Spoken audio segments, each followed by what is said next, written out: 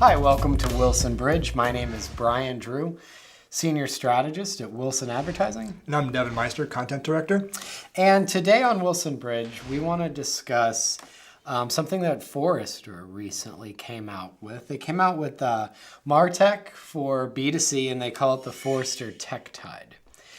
It's a kind of a large digestion of the thousands and thousands of Martech platforms out there, and Forrester likes to provide guidance and solutions and rankings of technologies that companies can leverage. So they broke down the current exploding Martech industry. That industry is exploding just based on some basic numbers. There were hundreds of Martech SaaS platforms just a few years ago. Now there's 5,000, 6,000, however many. Then you're looking at an industry that's about $25 billion in revenue, where it's growing at about 12.5%. So this is a big deal.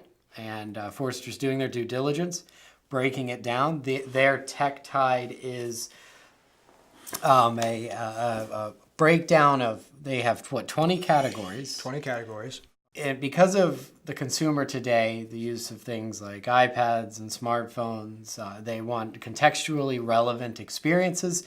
The consumers demand a seamless brand experience, and that technology will drive customer-oriented and customer-obsessed marketing. Right. And one of the things we talk a lot about on Wilson Bridge is how customer engagement optimization is the bridge between all of the Martech you use and your brand's personality, and bridging the gap between those two things. So we always want to make sure that marketers are focused on the personality of their brand, focused on what makes them relevant, and that they use technology wisely so that they don't enter into discussions that they don't belong in, or that even though it's a convenient way to communicate and touch their customers, that they do it that's reflective of the style and culture of their company, right? Right. So yeah. So the one thing, when it first came out is we want to know: is this Forrester Tech Tide going to be of value to our customers? Is this going to be helpful in any way? So some of the things they used three key criteria they used to break it down was is the software efficient and effective? I mean, basically, does it work? So you would assume that it works, right? And that'll be beneficial to everybody to get some scale of idea of what type of solutions are out there, and bringing it down to 20 from the 50 that the Martech is. That shortens it some, makes the decisions a little more simple. The second one was, does it scale to enterprise level? So that's not always useful for everybody. So we talked earlier about some of the enterprises have 90 plus SaaS solutions already. Do all these solutions need to go across the enterprise, or is it really just a small point solution? Is that going to work for you? And the second one was market traction. And that's basically just being established, being part of that, goes back to enterprise scale, does it have market traction? Are people paying attention? Which, if you're looking for early adopters, depending on your audience, where they are, how much market traction the solution actually needs might not be relevant to your actual business needs. Correct. Yeah. And they divided those 20 then into invest, experiment, maintain, and divest. And by far and away, the two biggest categories they had were invest and maintain. So it's a pretty mature segment, I would say. What do they mean by that, invest and maintain? So invest and maintain. So invest is probably earlier adopters. These are the content marketing platforms are sort of early in the stage. And maintain, like email? Yeah, well, email is fallen down into the maintain. Pretty much everybody's got email, some sort of loyalty, some sort of marketing mix. Social listening now is more of a maintain established. Marketing resource management is sort of a new sort of buzz frame. That's the invest. They think that's going to be hotter. I mean, that's part of the Forrester gig too, right? Is they're going to help you implement these things at some level, or they're going to provide some big analysis to help these bigger enterprise companies move forward with their marketing tech. Gotcha. So it's sort of it's their own guide, help marketers put this massive puzzle together, and they broke it down into those categories to help marketers make decisions based on probably a lot on capital and timing. Yeah, it's a lot of capital, timing, and there's a lot of manpower behind this whole report. So they did a lot of research, a lot of due diligence as far as getting really into the details of where especially the bigger marketers, bigger enterprises are headed on going with technology. And again, this is the B2C segment, so you'll have different needs there as far as cross-channel and where they expect to interact with customers. And there's nothing new about marketers being deeply integrated with technology. Oh, no. However, you're not seeing anywhere else in the business that much of a rise of budget to be spent on marketing, while simultaneously that much of a rise in expectations of return on investment, because now it's saying we're going to be spending literally millions of dollars in both the actual software and the human resources and the talent needed, right? So this investment is going to end up being revenue facing. And it's interesting you say that, because that's why you see sales sidling up to marketing or marketing coming over to sales too, because everybody's being held accountable for that. And marketing knows, to some point we can help influence the sale, but without working actually with sales, if we don't work together, the ship is going to sink. Yeah, and at a high level, you see a derivative of this movement in some titles that are starting to pop up and key corporate initiatives.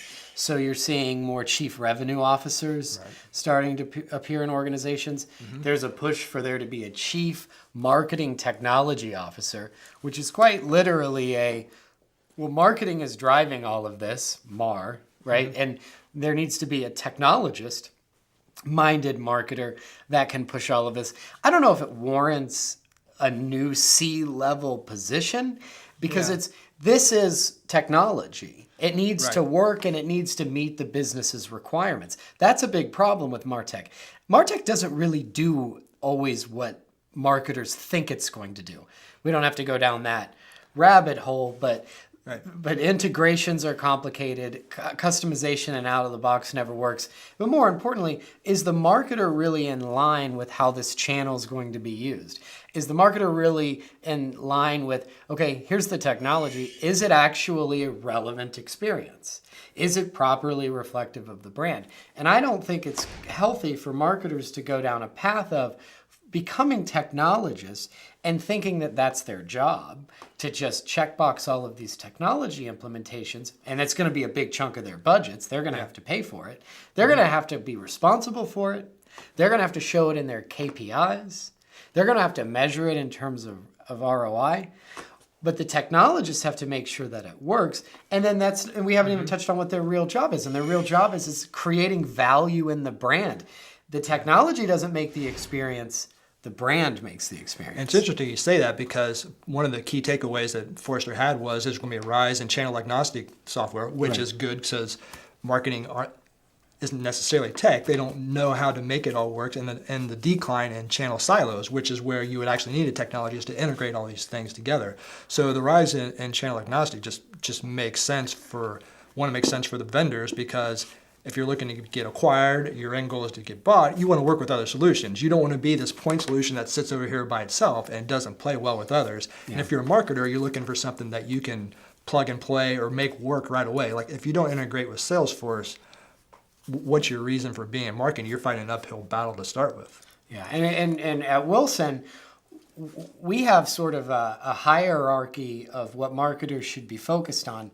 One is that we believe in companies that have culturally driven purposes. And those culturally driven purposes create great brands. And then those great brands are able to stand and have the right positioning, which is key to strategy, and creative, which we talk a lot about, with creative and design being the key to solving business problems and solutions. And then comes, out of that, content that's true to our culture and our brand. And then lastly comes Martech.